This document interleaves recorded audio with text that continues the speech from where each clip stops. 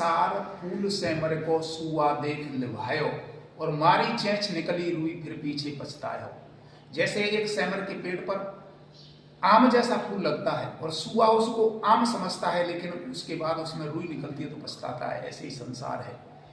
20 वर्ष की उम्र अतुलित आनंद खत्म हो जाता है 20 के बाद। कैसे भूला जा सकता है बचपन का अतुलित आनंद, ऊंच नीच का ज्ञान नहीं था, छुआछूत किसने जानी। 40 के बाद फिर हमारे ये जो यौवन है, जो सुंदरता ही है, वो खत्म हो जाती है। 60 के बाद हमारा आदेश भी खत्म हो जाता है। जब 60 वर्ष की रिटायरमेंट हो जाते हैं, चाहे कलेक्टर हो जज हो, उसी ऑफिस में जाते हैं तो कोई आदेश नहीं मानता और घर के भी आदेश नहीं मानते हैं।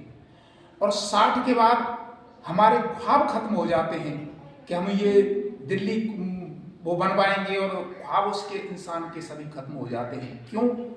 कि कर्महीन को दोना मिलता भाग्यवान को भोग, और दाख पकन को होते है तो काग कंठ में रोग। जैसे दाग पकती है, कौवन के कंठ में रोग हो जाता है, ऐसे ही हमें भोग भोगने के लिए रिटायरमेंट होकर 80 वर्ष के बाद हम सुख शांति चाहते हैं तो बीपी हाई होता है, शुगर हो जाता है, सब कुछ होने के बाद भी कुछ नहीं होता है। क्योंकि कर्महीन को दोना मिलता भाग्यवान को भोग, और दाख पकन को होते है तो काग कंठ में रोग। ऐसे ही जब हमें ये ज्ञान हो जाता है, पाप नहीं करते हैं। कृष्ण गीता में 8 में 15 में कहते हैं कि अर्जुन, जो पाप नहीं करता है उसके लिए आनंद स्वरूप संसार है, और पाप करता है उसके लिए संसार दुखार हो जाता है। पाप के 4 लक्षण होते हैं: रोग, शोक, संकट और पतन।